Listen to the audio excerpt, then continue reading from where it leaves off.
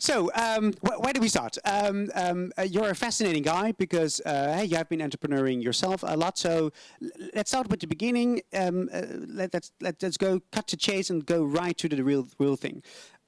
What have you been? What would you like to learn when you were 15 years ago starting yourself as an entrepreneur?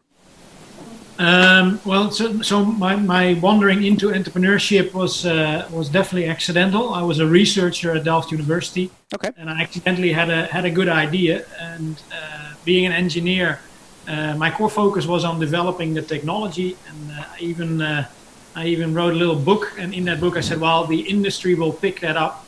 So I still had a big belief in the rest of the world. Oh, that didn't change, did it? We just discussed it in the other Zoom room that our trust in the world is still very high. But Okay. of course, there's a lot of stuff going on, so True. definitely there's trust. But moving forward with the development of the technology, I quite quickly found out that your great idea, and of course there's a lot of technology involved, will not come to its full potential if you do not put your shoulders behind it as an entrepreneur and really push it into the market. Yeah. Talk to customers, we talked to companies who could actually make the technology, but they just couldn't get that off the ground. So we did it ourselves, and so more accidentally than intentional, I became an entrepreneur. Okay, well, good for you. What makes you so interesting? Because we just had a discussion with Frank Heemskerk, the representative of the big companies of Europe, and these are actually some of the companies, or you work with a lot of big companies. So it's interesting to navigate with you a bit this relationship with a great idea, a great product, a great service, and then to make the connection to these really big guys and women around. Yeah. Yeah, so starting from a university, especially in the Netherlands, we have this special area, of course. We have this huge oil company called Shell. Yep. That's also involved in offshore renewables, and a quite strong link between that university and that big multinational, which makes it quite easy to connect to the people within that company. So you shouldn't just look at the logo and the size of the company. It's always the interpersonal connections, of course. And then it, of course, helps that there is this logo behind it. So already from the start, we had good discussions with people really interested in the solution that we could provide.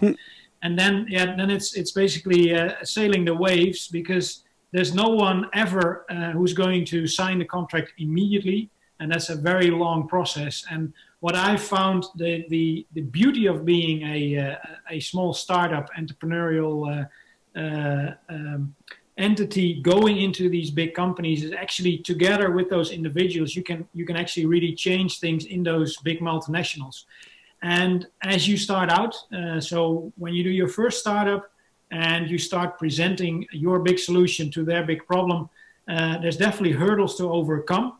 But as soon as they get it, and it's something they really want to, eventually it's their careers on the line. But if the upside is bigger than the downside, they'll support you. The big hurdle of getting into these companies then suddenly becomes the hurdle for your competition. And that definitely gave us about 5 years of room to breathe and to grow very quickly, because we had the big Dutch multinational Shell behind us as one of our launching customers. And then it just latched on to the other big players and also smaller players in an industry, the offshore industry, both oil and gas and offshore wind, that is quite conservative and safety minded. Yeah. But you can break through and actually reach your potential there. Yeah, I get it. You said something really interesting. You should also see a corporate as just human beings, as a couple of professionals working together under a big brand name, and which looks big and is sometimes a bit intimidating. And then you said, okay, but it's all about the connection with these professionals within this corporate. So can you tell us something about how you created this connection with some of these people when in the end you were able to close the deal and have your launch customer? Yeah. So it definitely helps if when you can find connections to actual people within your own space. So that could be people going to the same university or friends of friends within these companies. So basically getting a low-level entry, and then basically it's working your way up. And up is not always the right direction. Sometimes you have to move left or right within these companies, and even within these big companies, especially. They don't know about what's going on in other parts of the company. That's so true. there, Yep. as you're smaller and more nimble and definitely a lot more agile as a startup, you can move a lot quicker. And always just dare to ask the question. For instance, we had a big launch of our small scale prototype, and I just asked a friend of mine who was somewhere halfway up, and I said, I need a big hotshot, and he got me the director of Shell the Netherlands. Of course, that's not the CEO of the top company, but it's still a big name. It's pretty big. It's pretty big. It's pretty big, and it does get you the attention. Both, we were still then a university project team. It gets you the attention internally within the university, especially from the press. And taking it from that, we eventually got to number 2, then Malcolm Brinded within Shell, yep. Who did not do any press stuff for us, but he did preside over a safety meeting we had. And as basically we sell safety, so stepping across from a ship on the high seas, of course, is very safety intensive. Yep. And getting that guy to chair a safety meeting with all the partners we had, of course, gave us a big boost in confidence, especially towards those other partners as well. Yeah. So just asking that question. So I need someone within your company who can help me. There's always people who like that challenge, and they can get you into contact with these people quite quickly. Just asking. That's a great tip. And a very, I think everybody. Don't be shy. No, don't be shy. Exactly. You also said something interesting when it comes to going up is not only vertical but also horizontal. But when do you know to go horizontal? When do you know to go vertical? Well, the big challenge is always what is the thing you need. So yep. As an entrepreneur, and is the person that you're talking to actually going to give you that? And of course, we're Dutch, so we're very direct. That's part of our culture, and that's in our DNA. Yep. As soon as people start to basically avoid giving you a straight answer, just ask the very direct question: are you actually going to help me here? And if that's not an affirmative, then you know you're talking either to the wrong person, so he cannot give you the answer because he doesn't have the knowledge or the power. And then you should just step back, make a new plan, and figure out where within that organization it will work. And not always the person where that conversation ends can help you further, because he's burnt and gone, so to say. Yep. So just take a step back, find a friendly person you talked to before, and go look for the new direction. So don't waste too much time, because they will give you a lot of warmth and a lot of hugs, because you're a startup and startups are cool, and yep. especially when you're on the ClimateLaunchpad area of things. It's all green and it's also cuddly. But cuddly doesn't make you money, and that's eventually the validation of your innovation and the validation of your company. So if you're not moving towards that target, towards signing that contract, you step back and try a different route to get to someone who actually has the power to sign the contract and to help you further. That's a great quote. Cuddly doesn't make you money. No. Bye.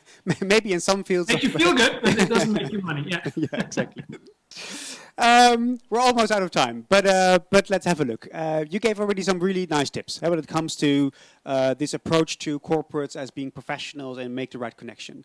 When it comes to be clear what you need and formulate it, and therefore you can have the right approach, but also don't be afraid. Ask for it.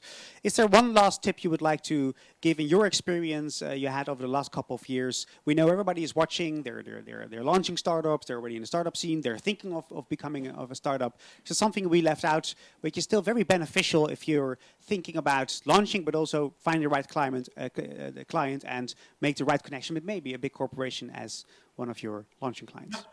Well, it's along the lines we already discussed. It's actually something I found out just quite recently again. So of course my company is already in play for a while. Yep.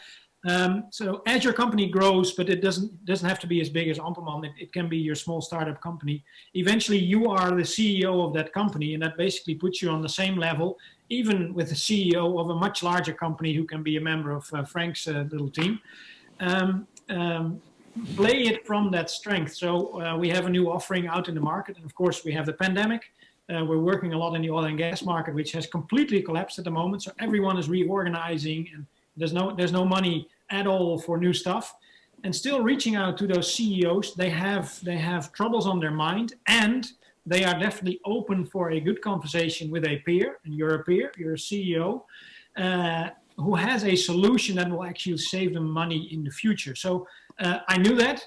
The only thing is I forgot it a little bit as my company grew, and I'm fully re-engaged now in spearheading our initiative into that market. And just talking to the CEOs, and these are also professionals and people, where you share the position, be it for a much smaller company. As soon as you have a solution there, you have a very good conversation. And the big advantage, which is very beneficial in big companies, if you can get the air cover from the guy at the top, you will never get him to sign the contract. There will be a much lower down. Yep. But you always have an escalation point you can go back to, which really helps you deploy your innovation a lot faster. That's a great last insight. Jan, thanks so much for a great chat and for sharing your experience. If I may, Farid, I have one question for Jan. There is one question for Jan. Yeah. Jan, I was wondering. So here are the startups. They are creative. They put their brains to something, and it works. And then they kind of give it away to large companies. That would hurt me. How does that work for you? So do not give it away, because large companies may be large, but that doesn't mean they can actually get your innovation into the market. So do not give it away. Just give me a call and I'll help you not do that. That's lesson number one. And you have to be proud of yourself, and you have to trust in yourself. I had exactly that belief. Someone else will put this into the market. It didn't happen. Actually, I stepped away as CEO. I gave someone else the keys. That didn't work as well, so I had to step back. So even when you give the entire company to someone else, that's not always a formula for success. Remember that your innovation is there because of you. You had the idea and you know how to get there. You may need to pivot, you may need to change your mind on stuff, but it's still you driving it. And the quickest way for that to go into the market is when you actually push that. And that sometimes also means that you have to say no, even if the customer is huge, and if they have a fantastic logo that would look nice on your website. If that deal doesn't feel good, you step away.